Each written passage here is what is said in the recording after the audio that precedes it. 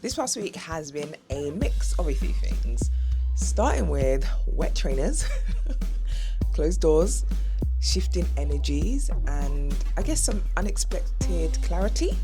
I asked for something that I didn't get.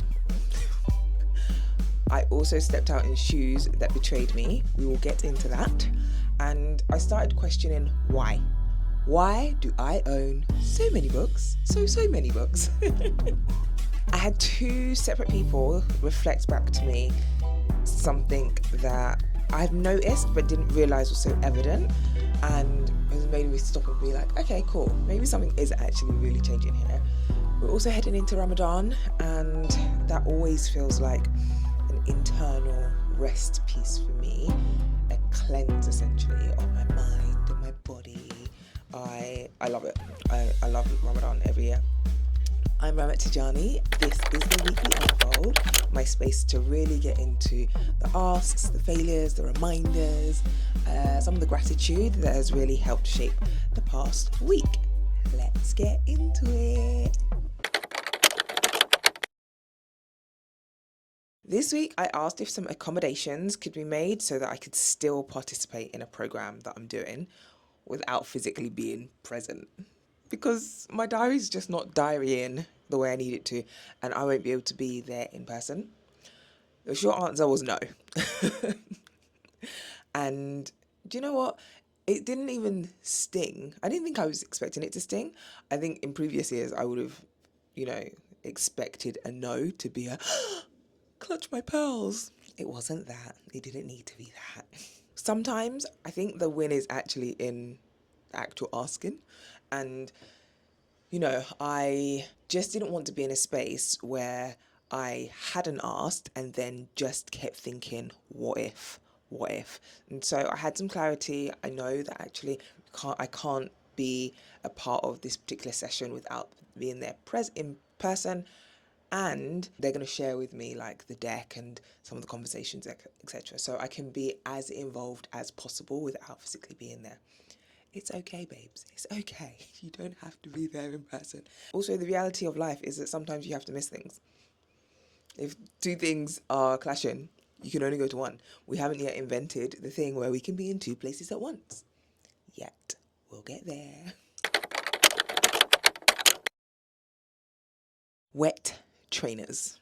Let's talk about these trainers. They're running trainers, and I guess, they're running trainers. It was raining, and I genuinely thought, people run in the rain. We're not in a part of the world where it doesn't rain. In the UK, it rains a lot. Not as much as it used to, granted, global warming, messing up the world, but it rains. And so if I've got running trainers, my assumption is surely these trainers will be fine in the rain. Absolutely not. I I went to see my dad. I got there and I was like, Dad, I didn't even know that the soles of trainers could absorb water the way that they did. So eventually I was walking, because the walk to my dad's place is about 20 minutes-ish on average, maybe 25. I felt like I was walking with two sponges on my feet. I was so confused. I was like, how the bottom of my feet were and the top of my feet. It was a mess. I was highly unimpressed.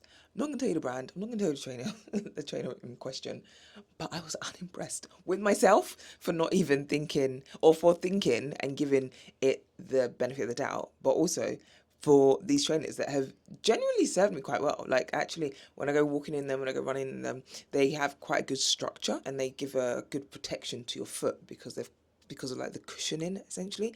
But that cushioning clearly is a foam that allows water to be absorbed. Sorry. I'm shaking like nobody's business. Anyway, I guess sometimes you learn the hard way and the wet way. Yeah, failure.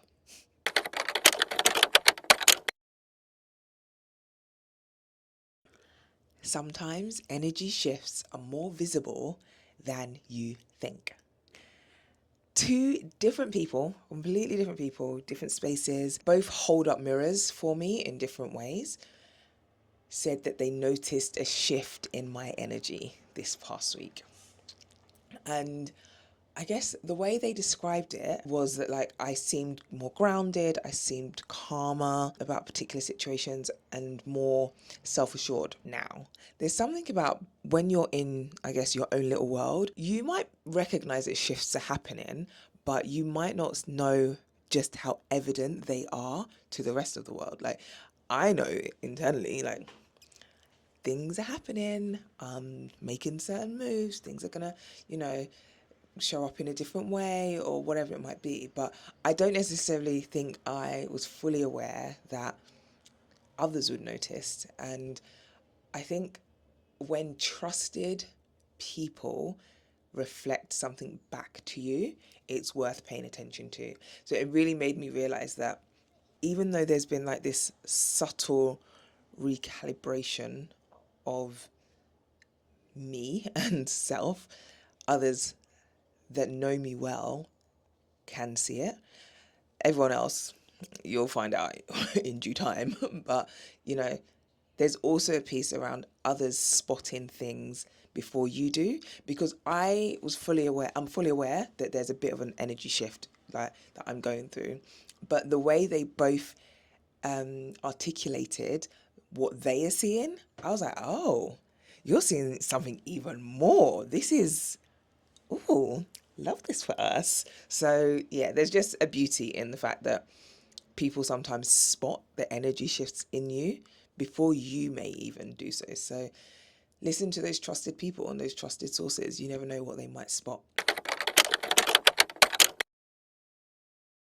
Ask yourself, why do you have all the books that you do have? I started going through my books. And let me tell you, I have a lot of books. Some I've read, some, I'll be honest, I haven't read. Some I think I bought because I liked the idea of the person that I might become once I've read them. When it came to needing to kind of like clear through my pieces, books was a big part of that. And I was very clear from the beginning that I probably won't get rid of a lot of my books because I actually really like a lot of my books. But I wanted to find out the best way to do it. And I reached out to my friend Vivi, who she is a book lover. She loves books, she reviews books, she talks about books on LinkedIn, like books are her thing. And I remembered last year she did a clear out of like some of her books. So I just asked her like, how do you even begin sorting through these things? Like, I've got so many. How do I even start? And she gave me a few questions to consider, which have really helped me figure out actually, are you a book worth keeping? Are you a book worth giving away and maybe gifting to someone else? So, here are some of the questions that she asked or that she said I should consider. Why do I still own this book? Like, what's the reason this book is in my life right now? Is it that someone gave it to me as a gift and I'd feel bad giving it away? Is it that I bought it myself and I really like the author? Is it whatever? Why do I own the book? 2, is the topic of the book something that I'm genuinely curious about? Now, when she asked that question, I was like, oh, that's a good one because I, yeah, curiosity is a big thing for me. So if I'm no longer curious about something, why do I still have a book around about that topic? If I am, then cool, let's go into it.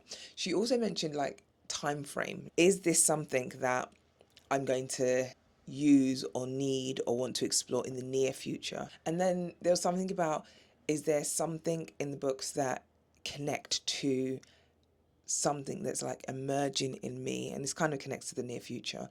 So this energy shift that I was talking about in the last piece, there's certain books which I'm like, I'm gonna need you to help me explore certain things. And then she asked a question like, is the book just collecting dust? Because is it like a dust collecting ambition, I guess? Like you really want to do that and you really want it to, and it's just there just in case.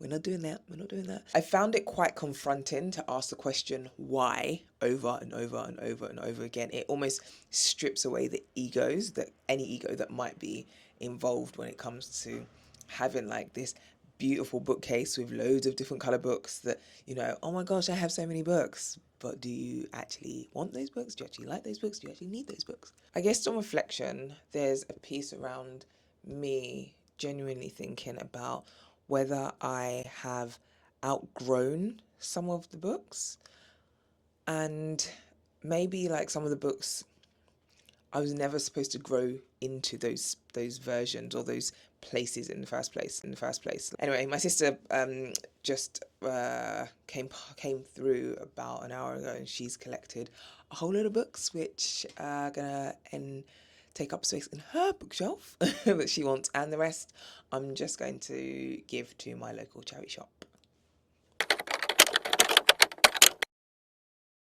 Spending time with Nooglers. So a Noogler is a new Googler. So if you don't know, I currently work at Google, and anyone that joins is a new Googler. And I had the opportunity this past week to just connect with two different people that had recently started. One is in my extended team, Gabby. And then one was completely like new. She'd actually moved from the US to the UK and was new to Google, and so caught up with both of them, and it was just nice to kind of connect with those new people with that new perspective. There's lots of curiosity, lots of questions. Like whenever you're in a new space, there's always going to be that kind of like excitement. So yeah, it's easy to forget sometimes that initial excitement that people have when they start new spaces. So it was really nice to spend time with both of them and just have good chats, and yeah, share my perspectives and see how I might be able to support them both in the future. Costs, I need you to come to the front. Come to the front. I had a funeral to attend, and I was needed to wear all black, and I realised that I don't actually own any black bottoms that were appropriate for a funeral. So I have like some black dresses, but they're kind of like thigh high split, very inappropriate for a funeral and for the weather that is doing its thing right now. I I don't have any black trousers and or even an appropriate black skirt. Do have black jeans, but they're kind of faded. So again, problems. But I left it too late because I was busy working and doing other bits. Left it too late, and I was like, I need to find some black trousers. Brainstormed with Steph what I should do, where I should go. Ended up trying a few places. Zara doesn't respect hips. Or at least they didn't respect my hips. When I went in there, the girl was like, no, there's no way you'd need an extra large. I was like, okay. We probably need an extra large, I tell ya. Anyway, went into COS, and they understand hips and they understand height. I'm a taller babe. So, listen, when I found the pair of black trousers that I ended up purchasing from COS, I'm telling you, they were so, they fit so perfectly. And on the inside, like where the waistband is, they have buttons that you can use to tighten the waistband if it's just a bit too. And I'm not saying I've got a tiny waist, but my waist is not the same size as my hips. And so if I needed to, it was a miracle. I think when you find a well tailored piece, you have to give gratitude for that. So yeah, apparently they come in different colors as well. So might find me with a navy pair. I ended up buying two pairs because one was like a wider leg and one kind of tailored in. Fantastic, fantastic. Anyway,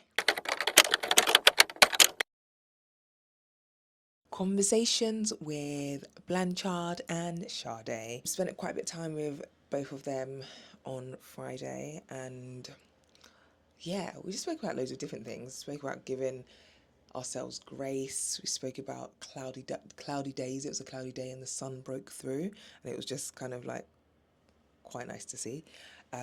Spoke about driving lessons, about pilots, about renovations, and so many more things. But it was great to kind of connect with them, and it was just one of those conversations as I was leaving.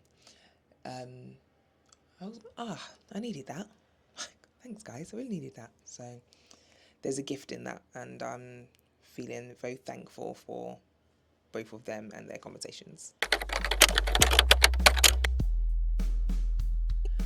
Looking ahead to week 8 of 52. Wow, we're about to head into Ramadan, and for me, it's always been more than fasting. It's an intentional pause. It's my annual cleanse, and I guess it gives me a moment of true realignment for whatever. Yeah, just true realignment. This year has already felt like it's thrown me some mad wild cards. Wild cards. So I'm really welcoming the discipline and the stillness that comes throughout Ramadan. I'm also hoping for slightly better weather because I'm telling you, and dry trainers, because the experience today of the wet trainers, I don't think I've actually ever experienced it before. Like, what is that? Anyway, Ramadan Mubarak to everyone that's observing, and let's see what this new week brings. Thanks for watching. As always, stay out of trouble unless it's good trouble, in which case, go wild. See you soon.